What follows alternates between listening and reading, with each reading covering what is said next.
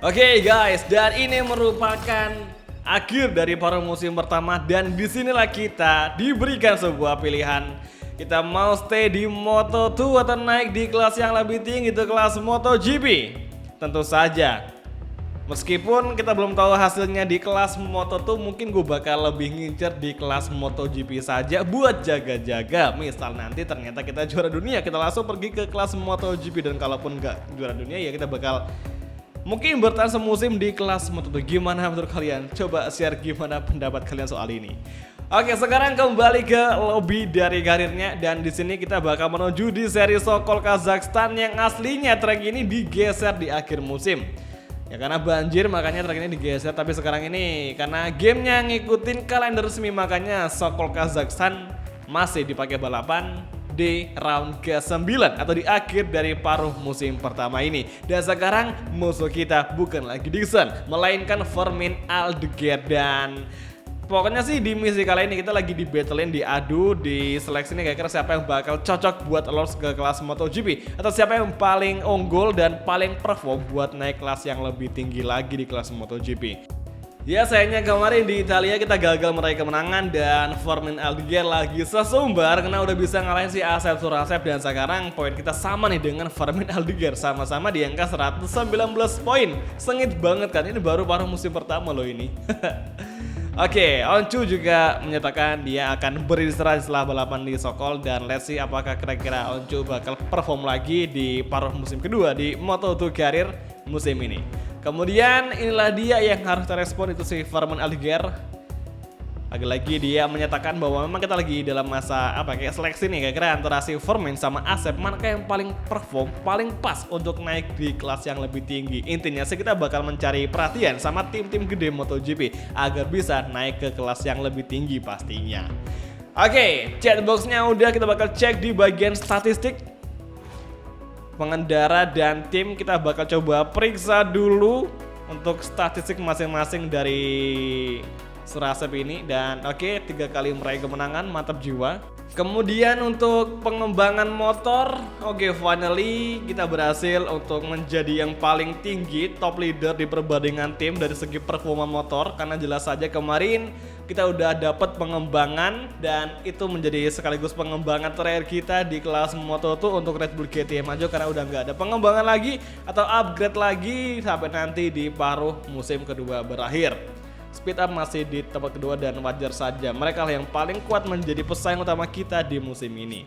Oke, alhamdulillah ada rumor transfer nih guys di kelas Moto2. Alonso Lopez adalah bintang MotoGP berikutnya. Waduh, Trackhouse Racing MotoGP 68%. Di titik ini Alonso Lopez sepertinya semakin mendekati MotoGP, mempertimbangkan minat yang ditunjukkan manajemen tingkat atas Trackhouse MotoGP. Luar biasa.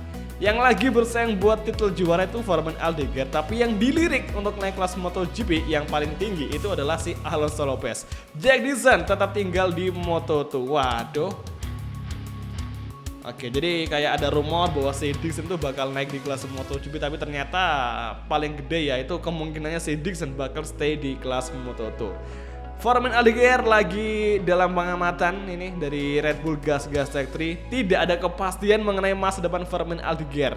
Ya mungkin minatnya Red Bull Gas itu di angka 63, tapi ternyata kayaknya ada kemungkinan Fermin bakal tetap stay di Moto2 buat next season ya di kelas Moto2. Oke, next ini ada, waduh, Boben Schneider kembali ke Pertamina Mandalika. Kan kemarin tuh si Boben Schneider aslinya kan dari Pertamina, terus dia pindah ke American Racing kan di tim Oliven. Kemudian sekarang ini Boben Schneider bakal comeback cuy di bekas timnya. Ya ampun. Oke, Barry Baltus lagi nego sama Liqui Moly lagi nih. Dan kemudian ada Ayumu Sasaki, prospek baru Ayumu Sasaki, dan kemungkinan besar Ayumu Sasaki bakal join di Pertamina Mandalika bersama dengan Mas Bo atau Boben Schneider. Let's see kira-kira mana di pertama kedua yang bakal masuk lebih dulu di Pertamina Mandalika ya guys ya di kelas Moto2 ini. Oke, untuk Moto2 udah, kemudian kita bakal cek untuk kelas MotoGP. Seberapa hebohkah rumor transfer cuy untuk kelas MotoGP? Oke, let's see. Iya, Vinales nggak di real nggak di game sama aja. Konon katanya Repsol Honda lagi ngebet banget sama si Vinales cuy. Honda ingin ngebuat kesepakatan dengan Maverick Vinales. Widih, gokil sih ini. Tapi sangat disayangkan jika Vinales gabung sama Honda, karena Honda itu jelek banget asli ya di MotoGP karir kita musim ini. Oke, Jack Miller lagi diincar sama Castrol. Kemudian Pecco Bagnaia diincar sama Aprilia, tapi kayaknya kemungkinannya cukup kecil ya, karena cuma 58% cuy. Aprilia tidak mengesampingkan kedatangan Pecco Bagnaia. Oke, jadi ada sih, tapi kecil kemungkinan Pecco bakal pindah ke Aprilia. Kemudian Binder, ya sama aja, dia mah tetap aja pakai RC16 ya untuk next season, misalkan gabung sama Gas Tech 3. Dan Marc Marquez menginginkan Aprilia. Waduh. Widih, hubungannya Marquez sama Grace ini lagi kurang bagus wih. Makanya Marquez bikin ke Aprilia. Ini malah drama kayak Maverick dari Yamaha ke Aprilia loh ini. Kocak banget asli, tapi gokil ini menjadi fresh banget untuk MotoGP karir MotoGP 2024. Nah guys, di klasemen tuh kan, poin kita sama si Vermin sama banget, sama persis di angka 119. Ini nggak tahu kenapa kok kita ngerasa adaptive AI di kelas Moto2 ini benar-benar perfect banget. Meskipun kita udah start paling depan, ternyata nggak ngaruh kita akan meraih kemenangan, karena AI bakal ngebaca performa kita dan siap-siap kita bakal dihajar habis-habisan di 2 lap terakhir. Ini seru banget sih, udah nggak monoton banget untuk setiap balapan di Moto2 karir musim ini. Vermin cuy, lagi ngancem banget posisi kita. Hello from the Sokol circuit. The first qualifying session of the Moto2 class is about to start, and we would like to remind you of the rules. 15 minutes of time available. The 4 riders with the best times go straight into Q2. Oke guys, here we go. Sampailah kita di sesi kualifikasi ke-1 dan seperti biasa kita bakal merebutkan 4 posisi teratas agar bisa tembus ke Q2. Dan sekarang Sokol sirkuit Kazakhstan benar-benar cerah banget, terang benerang. Dan kita akan segera memulai sesi kualifikasi ke-1 ini dengan harapan bisa lolos ke Q2. Meskipun kemungkinannya kayaknya gue ragu bisa lolos ke Q2, soalnya ini tracknya benar-benar baru. Dan terakhir kali gue main di sini tuh waktu kita main di MotoGP 23, itu pun pakai kelas MotoGP yang pastinya breaking point bakal beda, titik pengereman bakal beda. Oke, kita time skip dulu nih. Oncu lolos ke Q2, Mario Aji lolos ke Q2 juga, tapi tenang, masih ada kita yang kemungkinan juga bakal mengacak barisan depan. Wih, sombong banget cuy. Oke lah, kalau gitu langsung aja masuk ke track dan let's go Asep. Kita akan ngelakuin hot lap di Sokol sirkuit di Kazakhstan. Let's go guys. Oncu memiliki lap time 1 menit 44,313. Jadi kita harus bisa lebih cepat dari Oncu atau dari 4 rider paling depan ya. Oke, let's go. Last corner turn ke-12 dan ini tuh tracknya tergolong sedikit ya, tikungannya cuman ada 12 cornering saja. Jadi kayak benar-benar singkat, tapi ini track lumayan panjang juga. Oke, langsung aja masuk ke turn 1. Inilah dia. Oke, gear 3, stay in the line dan mantap banget nih tracknya, bener-bener lebar banget. Cuman ini tracknya tuh kayak bener-bener apa ya? Nah ini kan, ini kita suka meleset di sini di turn kedua, kayak blind spot banget. Yang paling parah lagi itu di tikungan kelima cuy. Habis nih gue liatin nih. Oke, ini merupakan sektor LLP atau long lap penalty. Kemudian, nah ini nih, yang paling bikin kita sebel tuh blind spotnya di sini. Ini kalau kita salah braking, salah nikung, ya udah antara kita ngelebar atau kalau nggak motong jalur. Itu yang paling kita sebelin balapan di Sokol. Ini track bener-bener track paling blind spot banget ya setelah track Portimao. Oke, tikungan Shige nih di tikungan ke-6. Nice. Stay gear 3, gear 2 agak melebar, kemudian kembali ke racing line. Inilah dia lurusan terpanjang. Jadi di Sokol ini ada 3 kombinasi lurusan. Ada lurusan paling panjang, sedengan, sama yang pendek. Yang paling pendek itu ketika menjelang tikungan ke-4 cuy, 5 ya. Oke, sekarang entry kembali, hati-hati. Aduh, ngelebar. Maksudnya kayak ya wajar lah kita selalu miss di track ini, karena ini track benar-benar baru banget, apalagi belum pernah dipakai balapan di MotoGP yang real. apalagi kelas moto. Jadi sorry banget, ini kita kayak masih kacau sekali racing lainnya. Mungkin kalau ada waktu kita bakal improve lagi di putaran selanjutnya. Dan ini guys, entah kenapa dari tadi gue matiin ya, gue tadi kayak ngerasa ini kayaknya bug sih. Karena ini sekarang pun entah kenapa gap kita itu bisa sejauh 2 detikan dari pimpinan kualifikasi ke 1. Oke, kita coba lagi di time attack yang di lap kedua ini. Entry Gonard dan kita melebar, astaga. Kayak apa ya, mungkin karena masih baru makanya masih banyak banget bug yang muncul di sini. Tapi nggak apa, kita tetap semangat aja untuk bisa menggeber ya. Kira-kira apakah kita bisa improvisasi? Kita miss tadi di turn 1 tapi nggak seberapa, dan nice akhirnya gap bar berwarna merah. Kita lebih kencang 0,1 dari Jeremy Alcoba yang meraih top position. Oke, entry inilah dia tikungan blind spot dan nice. Oke, nggak terlalu miss tadi ya. Oke, sekarang exit corner menuju tikungan Shigen turn ke-6. Kita early braking, masih G2, stay in the line dan kita ambil inside. Pergantian arah ke kiri, kemudian ke kanan lagi dan bersiap-siap kita tancap gas sekuat tenaga. Dan sekarang sektor kedua, berapakah time kita? Oke, aduh gila guys, masih jauh sekali, 0,8 loh ini. Kok bisa gitu loh? Agak aneh kan, tapi mungkin ya wajar aja karena tadi kita sedikit ada mistake ya di turn 1 yang bikin kita melebar, dan itu masih kayak cukup mempengaruhi hasil dari putaran waktu kita. Oke guys, sekarang tikungan ke 10. Astaga, cok melebar, susah banget treknya. Aduh, ini alamat kita nggak akan lolos ke sesi kualifikasi kedua nih. Ya, untuk kesekian kalinya. Untuk kesekian kalinya kita kayaknya nggak akan lolos ke sesi kualifikasi kedua langsung cuy. Nah, up the line, finish line, dan ya ampun, nyaris banget, nyaris. Nyaris saja kita bisa masuk di 4 besar loh. Oke, kita coba lagi nge-push. Semoga masih bisa. Barangkali ada kemungkinan nih kita bisa tembus ke Q2 di putaran ketiga di sini. Di putaran ketiga kita di sini. Oke, lebih ke 0,186 dari Jeremy Alcoba. Oke, exit corner. Entry kembali. Kita agak melebar, kemudian exit corner. Astaga, mistake lagi. Gila, gue tuh kalau misalkan udah mulai ketekan kayak gini situasinya itu kayak nggak bisa buat santai cuy. Kayak selalu nervous dan grogi, selalunya. Tapi pas balapan ya nggak akan kayak gitu, lebih santai aja karena balapan tuh kayak harus mengatur ritme kan. Dimana kita harus bisa kenceng, dimana kita harus bisa untuk menghemat kondisi ban. Dan sekarang sektor ketiga. Oke, come on guys, 2 sektor lagi nih. Dan bendera finish sudah dikibarkan. Apakah Asep bisa lolos ke Q2? Astaga, nge-slide tadi ngebikin kita kehilangan waktu 0,2 detik. Kembali fokus. Oke, come on guys, come on. Semoga bisa. Ya ampun, melebar. Udah tamat nih. Tamat cuy. Udah nggak akan bisa kita lolos ke Q2. Mentok di Q1 saja. Astaga. Untuk kesekian kalinya loh kita ini gagal ke Q2.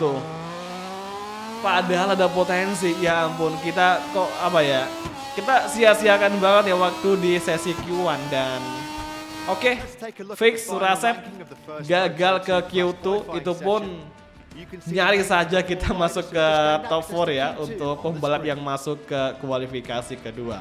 Mario Suryo Aji di tempat ke-7, luar biasa. Oke, kalau gitu meskipun kita start di urutan belakangan gak masalah, yang penting kita masih punya rasa semangat dan optimis untuk fight di barisan depan. Karena pastinya kualifikasi tidak menjamin siapa yang bakal meraih kemenangan. Oke, let's go. Hello to all of our audience of motorcycling fans. We're live from the Sokol circuit in Kazakhstan. Let's move straight to the starting grid. There's very little time left until the start of the race. You can literally feel the tension. The sky is overcast and temperatures are particularly low, so many teams have fitted soft tyres to both the front and rear to allow riders to bring them up to temperature more easily. Oke guys, tibalah kita di starting grid untuk Moto2 Sokol Kazakhstan. Dan sekarang Alonso Lopez Formen Aldeguer dan juga Celestino Vietti mengawali balapan dari barisan terdepan. Jorobot start ke-8 dan akhirnya Wearpack dari Jorobot udah nggak ngeblank lagi, soalnya Milestone udah ngeberikan update untuk kelas Moto2. Alhamdulillah. Oke, sekarang kita start dari urutan ke-19. Gila, ya oke lah, nggak apa-apa meskipun tidak sedang apa yang kita ekspektasikan, tapi perjuangan di race-nya pasti bakal lebih seru lagi karena perjuangan kita mulai dari barisan belakang. Oke, di sini gue bakal mengganti ban ya guys ya. Kita bakal coba untuk mengganti ban dulu menjadi kompon ban soft. Karena apa? Karena di sini suhunya tuh nggak terlalu tinggi ya, cuman 26 derajat untuk suhu track. Jadi dengan soft gue rasa masih bisa lah untuk kita bertahan hingga akhir balapan. Jadi front dan juga rear itu pakai soft semuanya. Oke, kemudian di sini gue kayaknya bakal minta bantuan sama mekanik. Gue pengen motor itu lebih kenceng di akselerasi, barangkali dengan menambah akselerasi itu bisa ngebikin motornya makin lebih powerful lagi. Oke, beres kalau gitu langsung aja kita masuk ke tracknya dan kita akan memulai balapan di round ke-9 di Kazakhstan Grand Prix. Let's go. The fans in the stands are waiting in anticipation. The riders are ready to face the first turn. As soon as the lights go out, the race at the Sokol circuit is on. Oke semua, dan inilah dia untuk Sokol Circuit Kazakhstan Grand Prix round ke-9. It's on the way dan kita akan mencoba mencuri posisi ketika turn jadi oke collision. Semoga nggak ada peringatan di sekarang. Turn 1 hati-hati, stay di tengah. Kemudian mencari ruang kosong di turn kedua kita ambil inside, nice sekali. Oke, langsung kita ambil inside lagi di turn ketiga. Kita overtaking Aaron Canet, Somkia Chandra dan Arenas masih mendefend di inside line. Oke, waduh Somkia Chandra ngapain? Maksa banget dari sedalam. Tuh kan crash. Aduh, jangan sampai kita dikasih hukuman LLP cuy. Malah Bobby Schneider crash juga. Malahan Somkia Chandra itu tidak out cuy. Bobby Schneider yang out of the race. Ya ampun, oke lah, semoga aja Asap tidak sampai kena hukuman penalti karena tadi gue rasa ya Somkia Chandra yang cukup maksa di inside line, kemudian dia crash gara-gara nyenggol pembalap yang ada di depan kita si Albert Arenas kalau nggak salah. Nah sekarang The Black Mamba udah masuk di tempat ke-8. Backstretch guys, MotoGP Stewart aman, oke, kita nggak ada notifikasi sama sekali ya, berarti kita emang nggak ada kesalahan dari kita, murni insiden balap. Oke, let's go guys. Jorobot, Izan Guevara dan Alonso Lopez take the lead. Ayo Gura dengan tim MT Helmet MSI di posisi kedua dan Formen Aldeguer di posisi 3. Agak melebar. Turn ke-10, turn ke-11. Gue rasa di race lebih stabil ya guys ya, lebih bisa untuk mengimbangi laju dari AI ini. Oke, come on, exit kanan. Lap pertama selesai dan yellow flag berkibar. Siapa lagi yang jatuh nih? Oke, turn 1, entry gunner. Dennis Oncu out of the session. Ya, ngapain pada melebar ini? AI-nya pada melebar loh. Kita malah ngikutin mereka melebar cuy. Ya astaga. Oke, nanti misalkan kita masuk di turn 1 lagi di lap kedua, di lap ketiga, kita nggak boleh terlalu late braking. Kita harus early braking supaya nggak sampai melebar. Dan sekarang Izan Guevara, saatnya kita overtaking di turn keempat, nice sekali. Kembali Izan Guevara sobatnya akan melawan dan kita melewati limit hingga dapat peringatan. Nah, Izan Guevara datang, langsung kita overtaking lagi. Untung aja kita bisa menghindar dan memberikan dia ruang, kemudian kita libas kembali. Pokoknya tuh balapan di sini harus cekatan banget cuy. Refleksnya harus super tinggi. Oke, Dennis Oncu, Bobby Schneider keluar dan Somkia Chandra malah kayaknya dia sih kembali rejoin ya. Dia rejoin kembali di balapan. Dan Ogura take the lead. Ayo Gura take the lead. Dia mengambil alih pimpinan race dari Alonso Lopez dan juga Formen Aldeguer.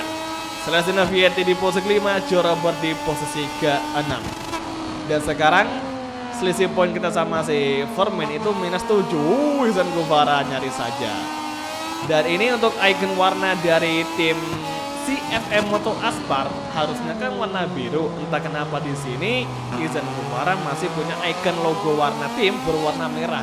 Kayaknya itu bug yang belum di fix in sama Milestone. Tapi nggak masalah, yang penting livery timnya udah berubah total. Oke, last corner dan sekarang, nah kayaknya nanti misalkan AI-nya ngelebar lagi, itu akan menjadi sebuah peluang emas untuk kita untuk ngerapetin gap dengan riders yang ada di depan. Seperti ini, kita lebih early braking dan kan melebar loh mereka. Dan Vermin kembali mengambil pimpinan race dan Surasep semakin merapatkan gap dengan pembalap yang ada di depan. Ini kesempatan sekali kita overtaking Sergio Garcia, namun dia melawan, bahkan Jorob sekalipun juga melawan. Oke, gini tikungan keempat kita ambil inside lah, kita overtaking Sergio Garcia, bisakah di exit turn ketiga kemudian turn keempat maksudnya. Sekarang kita overtaking Garcia turn kelima, nice sekali. Oke, yes. Asep comeback di tempat ke-6 guys. Dan sekarang duo MT Helmet di depan kita, Jorobot dan juga Ogura.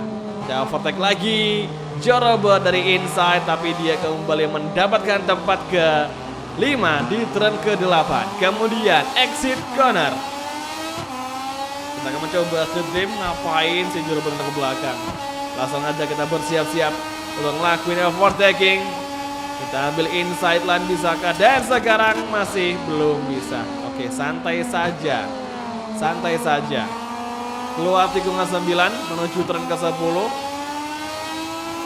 Kita perlahan masuk gear 2, kita overtake di inside dan bisa akhirnya meskipun dengan kolisi yang sedikit, tapi tidak sampai ngebikin kita diberi peringatan cuy. Nice sekali. Mungkin steward tidak melihat itu udah sebuah kesalahan ya. Mungkin aja emang ini harinya kita untuk membuat kesalahan tapi tidak sampai diberikan hukuman cuy. Oke guys, lap keempat kita bakal melihat lagi apakah AI bakal melebar nih. Nah kan, kita kebantu banget loh, dan Vermin turun di posisi keempat, kita overtaking Vermin Aldeguer. Bisa-bisanya mereka bablas loh, ya ampun. Dan kita ambil lagi dari inside, Ogura kita overtaking, dan Surasep secara nggak langsung bisa masuk di tempat ketiga. Ini race-nya apa ya, kayak penuh kejutan loh. Mungkin aja kalau misalkan mereka nggak ngelebar di turn 1, mungkin aja kita akan tetap bertahan di tempat ke-6 guys, dan bahkan mungkin akan sangat sulit buat meraih 3 besar. Oke, sekarang menuju tikungan ke-6 dan duel untuk posisi pertama masih diperebutkan antara Lopez dan juga Celestino Vietti. VR46 Master Camp versus Speed Up Racing versus Red Bull Racing. Nah guys, ini harusnya misalkan kita balapan di kalender resmi, harusnya Vietti itu balapan pakai Red Bull. Terus Lopez masih sama di Speed Up, tapi ini Vietti pakai lah kocak, Vietti lebar cuy.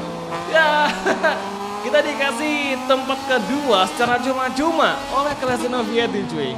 Oke, sekarang kita udah masuk di tempat kedua dan inilah saatnya kita untuk menyusul Alonso Lopez. Tapi bagus ya untuk si Vietti, meskipun dia pakai VR46 Master Camp, dia bisa fight buat top 3 lah, top 5 pokoknya. Sekarang lap kelima akan segera kita masuki dan inilah dia. Dan Ogura mulai nyusul di belakang kita. Vermin Aldeguer di tempat keempat. Entry first corner dan Lopez melebar, gila jauh banget melebarnya. Oke, exit, tapi Lopez masih menjadi leader. Kayaknya sih ini bakal sedikit susah buat overtaking Alonso Lopez. Oke, kita dapatkan dan Lopez kembali melawan, kencang sekali. Dan di entry counter keempat, Lopez benar-benar memaksakan motornya untuk mendefense serangan dari Red Bull KTM Ajo. Oke guys, tikungan kelima dan sekarang bersiap-siap. Tinggal 1,5 lap lagi. Kazakhstan Grand Prix akan segera usai. Siapakah yang bakal meraih kemenangan di sini di antara Lopez dan juga Asep Surasep, The Black Mamba? Vermin. Oke, kita agak menginjak bagian dalam tadi untuk nggak sampai tergelincir. Kemudian exit corner.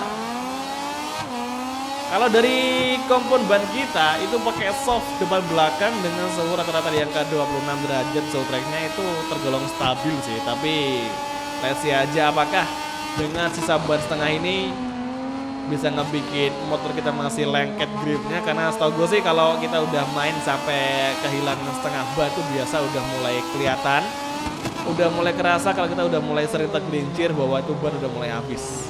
Meskipun di indikatornya itu masih ada setengah. Oke, last sector guys. 1 lap tersisa di Circle Circuit.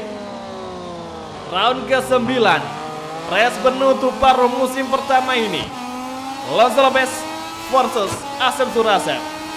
Menuju turn 1. Mungkinkah Surasep bisa meraih kemenangan? Karena sekarang Lopez melebar.